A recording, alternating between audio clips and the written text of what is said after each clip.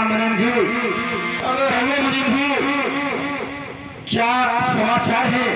अरे जान के आए गए हम इधर बहुत भाग्य मनावत है, तू आ गया सब समाचार ठीक हो गए। पहले तो आप ये बताइए, आपका स्वास्थ्य और आपके परिवार का समाचार कैसा है?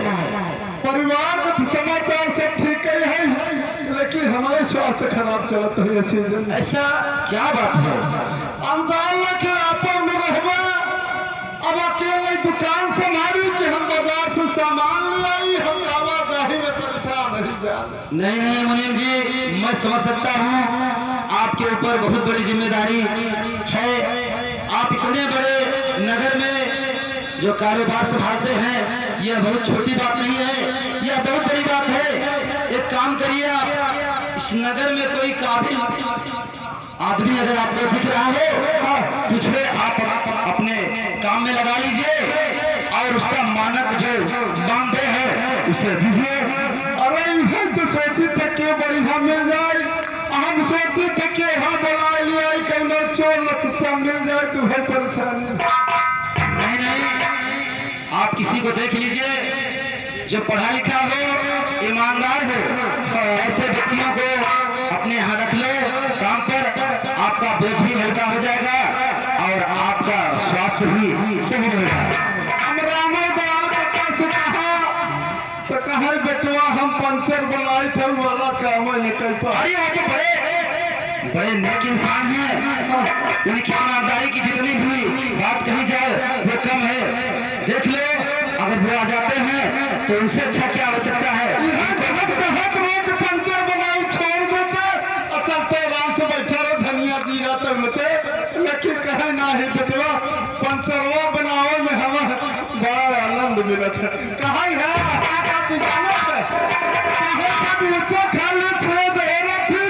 हम पानी में छेद नहीं, बात नहीं कह रहे हो। बात यह है जो इंसान जिस कारोबार में लगा होता है उसी में रम जाता है। अब आप सोच रहे कितना बुद्धिमान है, सब मेरे गाने पर छेद दे रहे थे।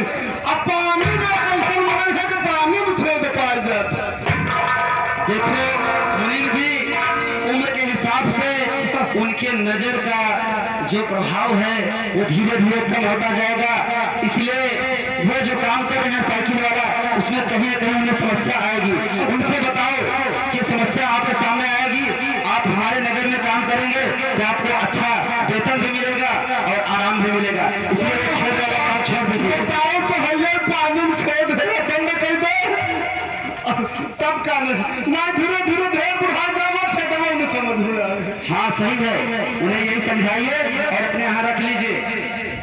अब तो आप जानते हैं कि मैं सेठ हजारी लाल इस नगर का एक मामूली सेठ नहीं रह गया। मेरा कारोबार केवल इस नगर में ही नहीं बल्कि भारत के कई प्रांतों में चलता है। तो मैं अपने कारोबार के सिलसिले में कभी गुजरात, कभी मुंबई, कभी अहमदाबाद, ऐसे तमाम प्रांतों में घूमता रहता हूँ। मेरे पास अपने नगर में, अपने नगर वासियों के बीच में घूमने का मौका बहुत कम मिलता है। इसलिए समय बहुत दयालु सोच जो है, कम से कम एक आदमी गाँव घूम लेते हैं, दर्शन कर गए, सब लाख जान दर्शन कर। ठीक है मुनीम जी, हम अगले सप्ताह में अपने नगर के लिए समय दूंगा, लेकिन अभी तो मेरी आज ही शाम को गाड़ी है, आज मुझे जाना है। इससे पहले कि मैं बाहर जाऊं, मेरे बेटे पंकज का क्या समाचार है, उसकी पढ़ाई लिखाई कैसी चल रही है, आप एक बार मेरे बेटे पंकज को बुला लाइए, मैं उससे वार्तालाप कर लेता हूँ, उसके बाद मैं शाम को निकल जाऊंगा। अच्छा आप कौन जाएगा?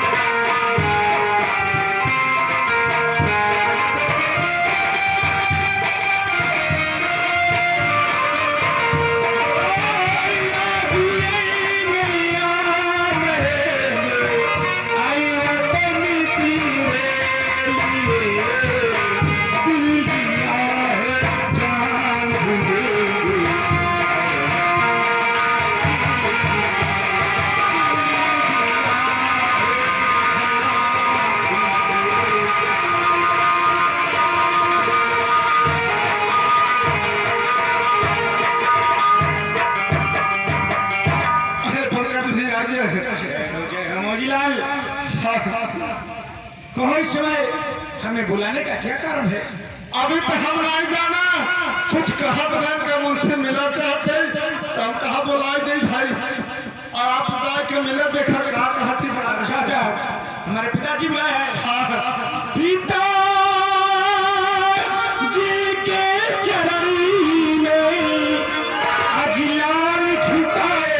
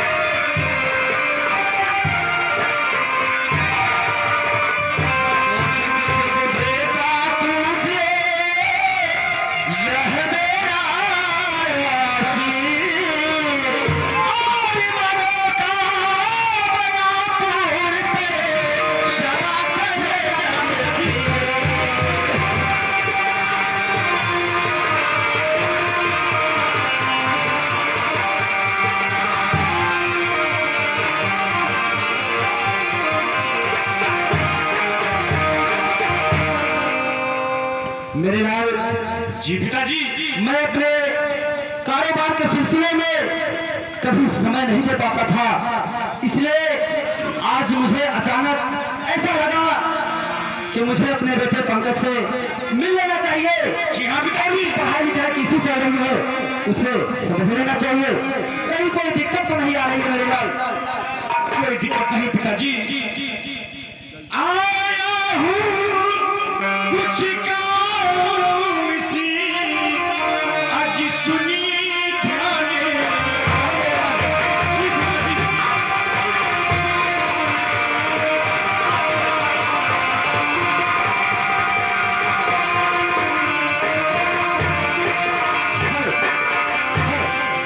हमें आप आ गए हमारे परम सम्माननीय माननीय महोदय आदर्श कला मंदिर, जो कि मुकाम हमारे गाँव है माननीय महोदय हमारे मैनेजर साहब विजय शंकर मैनेजर साहब की ओर से सादर चलती है प्रसन्न होकर के सादर 11 पर करते हैं हमारी पार्टी की ओर से। आया हूँ कुछ काम से, आज सुनिए ध्यान लगा। होगी कली कॉलेज में बाबुल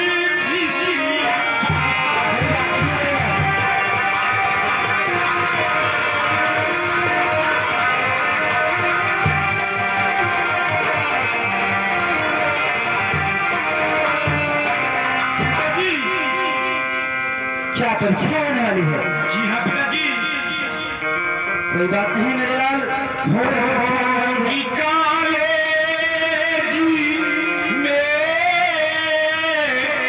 पिताजी, से बाबुली जमा, क्या फिर जमा होगी? इसलिए यहाँ पिटे पास आना हुआ।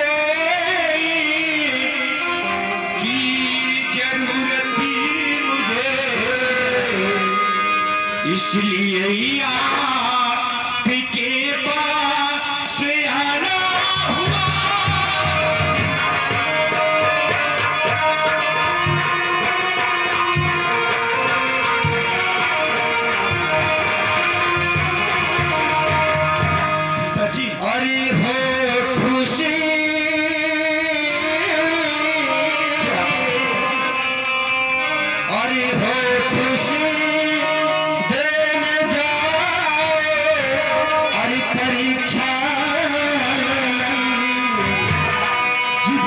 खुशी देने जाए, अरे परीक्षा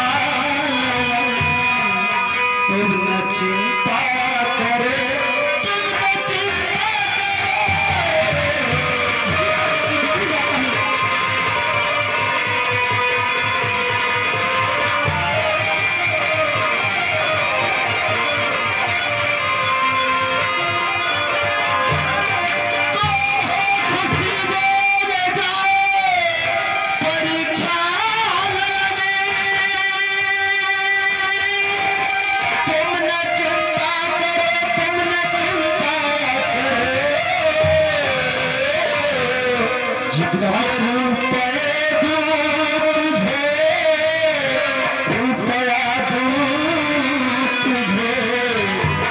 तुम न चिंता करो, तुम न चिंता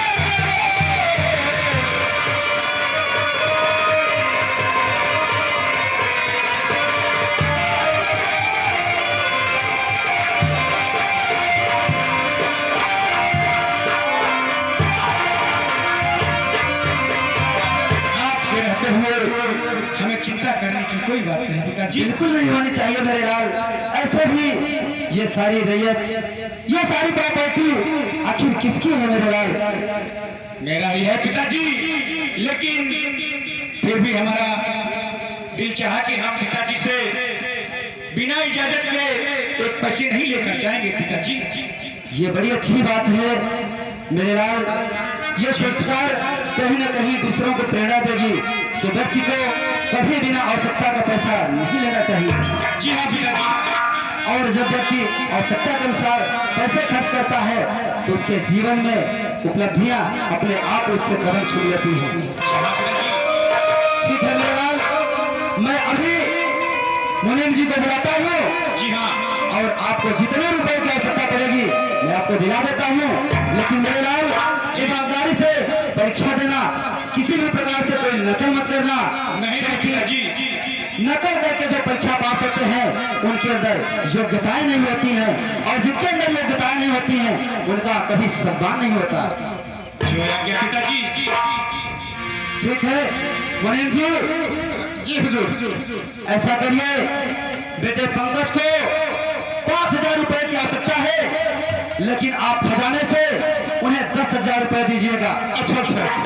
क्योंकि उनके ऐसे तमाम मित्र होंगे जो गरीब परिवार से होंगे, हो सकता है उनके पास भी फीस देने के लिए पैसा नहीं होगा, तो हमारे बेटे पंकज उनकी मदद करेंगे। यही सबसे बड़ा धर्म होगा। पास में रहे तो देव के मन का हिलना रहे तो जहाँ से। हाँ मुनीम जी, इसके अलावा उन्हें एक 5G मोबाइल देना। अगर उन्हें जरूरत पड़ेगी तो मोबाइल पर गूगल पे या फोन पे से उन्हें पैसा और भी दे दीजिए। अच्छा। पूछ लेते जैसे। ठीक है, जो भी आवश्यकता होगी उनसे पूछकर आप दे दीजिए। मेरा समय हो चुका है, गाड़ी स्टेशन पर लग गई होगी, अब मुझे जाना चाहिए। अच्छा आप चलो, फिर कर लो। ठीक है ठीक है।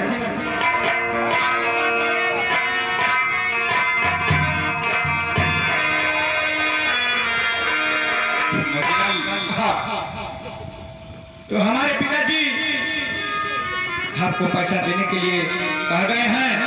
इधर तो तैयार नहीं है, कहा कैश निकाल कर दे गए, कहा नहीं कैश मत दो, हमारे मोबाइल पे ही पैसा कर देना। जी हाँ। सही कहा था। ट्रेन में चोर उचके। तो फिर पिताजी से पैसा कहवा तो गलत समझ ली। जी हाँ, इसलिए तुम हमारे मोबाइल पे ट्रांसफर कर देना। अच्छा। और हम आज सुबह ही ट्रेन पर कर करके रवाना हो जाएंगे, और कल इंतहा ही है हमारा।